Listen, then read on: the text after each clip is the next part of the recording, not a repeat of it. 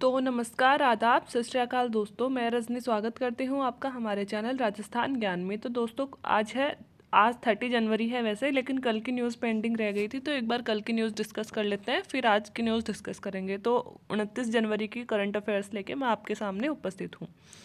महिलाओं की शादी की उम्र 18 से बढ़ाकर 21 वर्ष करने हेतु कौन सी कमेटी गठित की गई थी? तो उस कमेटी का नाम है जया जेटली कमेटी थी दोस्तों। वो 18 से अभी वुमन की शादी की एज है 18 वर्ष और पुरुषों की है 21 वर्ष। तो कई सारे मुद्दे ऐसे चलते रहते हैं, तो उनमें कहा गया है कि यहाँ पे महिलाओं के साथ भेदभाव हो रहा है और क्यों नहीं दोनों की उम्र ही बढ़ाकर 21 वर्ष कर दी जाए या फिर पुरुषों के भी घटाकर 18 वर्ष कर दी जाए। तो इसी पे एक मुद्दा बहस छिड़ी थी और इस बात को लेकर कि वुमन की भी उम्र शादी की 18 से बढ़ाकर 21 वर्ष की जाए, इस बात के क्या पहलू होंगे, अगर हम 21 वर्ष करते हैं तो समाज पे क्या असर होगा। तो ये सब जांच करने के लिए जया जेटली की अध्यक्षता में एक कमेटी गठित की गई थी, जिनको अपनी रिपोर्ट देनी थी, बट इसकी रिपोर्ट लगातार लेट होती जा रही। इन्होंने अपना निर्णय दिया नहीं है, तो इस वजह से ये कमेटी चर्चा में थी। भारत में वर्तमान में कितनी फसलों पर एमएसपी दिया जा रहा है? एमएसपी जिसको लेकर इतने बड़े आंदोलन चल रहे हैं दोस्तों, मिनिमम सपोर्ट प्राइस इसकी फुल फॉर्म होती है। तो सबसे पहले तो आप फुल फॉर्म ही याद रखिएगा, मिनिमम सपोर्ट प्राइस। ठीक है, यह वह रकम होती है जिस पर सरकार हमें अपनी फसल की खरीद की गारंटी देती है। इसमें क्या होता है कि प्रतिवर्ष जैसे रब्बी और खरीफ की फसल हम उगाते हैं, तो रब्बी की फसल जब उगाते हैं तभी सरकार कुछ फसलों की एमएसपी निर्धारित कर देती है कि हम इतने पैसों पर, जैसे कि मान लो अपन ने बाजरा उगाया है और सरकार पहले ही बोल देती है कि हम 1400 रुपये क्विंटल के हिसाब से आपसे बाजरा खरीदेंगे। तो हम किसान क्या करते हैं, अगर बाजार में 1400 से ज़्यादा का भाव उनको मिल रहा है तो वो बाजार में बेच सकते हैं, लेकिन अगर 1400 से कम मिल रहा है तो वो अपनी फसल कम से कम उनके जो बीज भाड़ा है ये सब में उनको घाटा न हो, इसलिए मिनिमम सपोर्ट प्राइस सरकार निश्चित करती है और इस पर वो सरकार को बेच सकते हैं, जिसमें उनको कुछ लाभ ही रहता है, हानि कभी नहीं होती है। ऐसा प्राइस सरकार निश्चित करती है, तो उसे बोलते हैं मिनिमम सपोर्ट प्राइस। तो वर्तमान में दोस्तों 23 फसलों के लिए मिनिमम सपोर्ट प्राइस अभी सरकार द्वारा निर्धारित किया गया है। और एक चीज़ इसमें एक और याद रख लीजिएगा कि एमएसपी तय कौन करता है, क्योंकि एमएसपी पूरे साल सुर्खियों में रहा है, जब से किसान आंदोलन शुरू हुआ है तब से सुर्खियों में रहा है और आगे भी रहने वाला है। तो हमारी एक संस्था है CACP, वो निर्धारित करती है, commission for agriculture cost and price. तो CACP, ठीक है, इसकी फुल फॉर्म भी पूछ सकते हैं और यह भी पूछ सकते हैं कौन तय करता है। तो याद रखिएगा, commission for agriculture cost and price संस्था है जो हमारी, वो एमएसपी तय करती है। एक दोस्तों करप्शन परसेप्शन इंडेक्स आया है, भ्रष्टाचार वाला जो इंडेक्स है वो आया है और उसमें भारत की रैंकिंग 6 स्थान नीचे गिर गई है। भारत 180 देशों में 86वें नंबर पे आ गया है।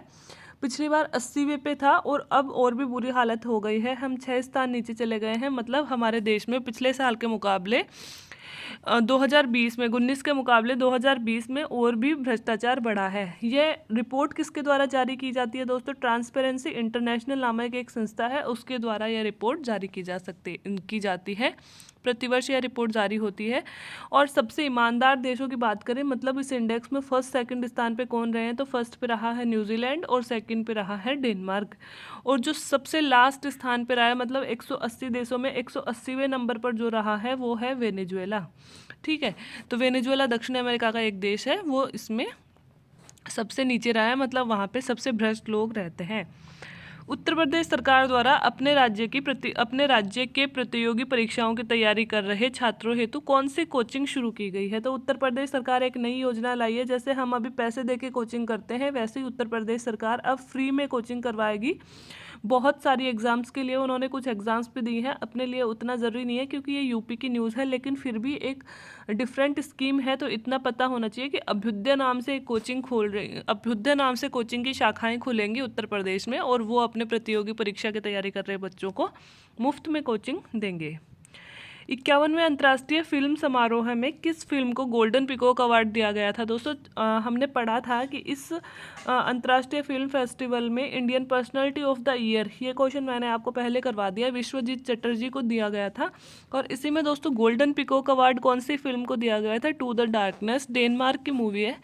इतना इंपॉर्टेंट नहीं है क्वेश्चन, लेकिन फिर भी कभी कभार पूछ लेते हैं बैंकिंग वगैरह में ऐसे क्वेश्चन, तो याद रख लीजिएगा। टू द डार्कनेस को दिया गया है।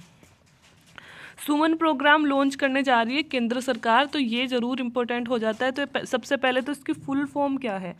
सुमन की फुल फॉर्म है सुरक्षित मातृत्व आश्वासन कार्यक्रम।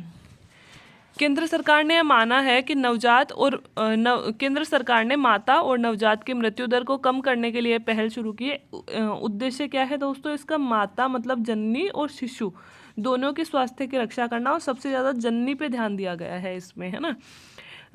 हमारे राज्य में मतलब केंद्र सरकार की परियोजना है, लेकिन राजस्थान राज्य ने भी अपने 250 संस्थान ऐसे निश्चित किए हैं जिसमें गर्भवती महिलाओं को निःशुल्क इलाज जिनका किया जाएगा।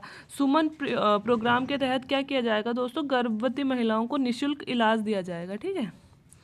इसका लक्ष्य मातृ मृत्यु दर को 100% रिपोर्टिंग करना है।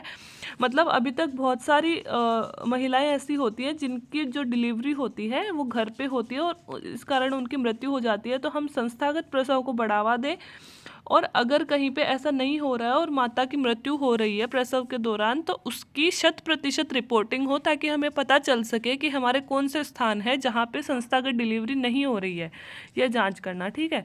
इसके लिए किसी भी व्यक्ति को जो पहली व सही मातृ मृत्यु की खबर देगा उसको 1000 रुपये की प्रोत्साहन राशि दी जाएगी।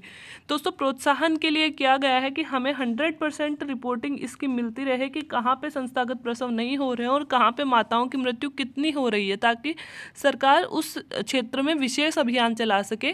तो ऐसी जो खबर की पहली खबर मतलब पहली बार कोई बताएगा और सही बताएगा कि हमारे इलाके में जैसे कि ऐसे ऐसे एक वुमन की मौत हुई है प्रसव के टाइम पे, तो उनको 1000 रुपये की राशि दी जाएगी, ऐसी सूचना देने वाले को भी।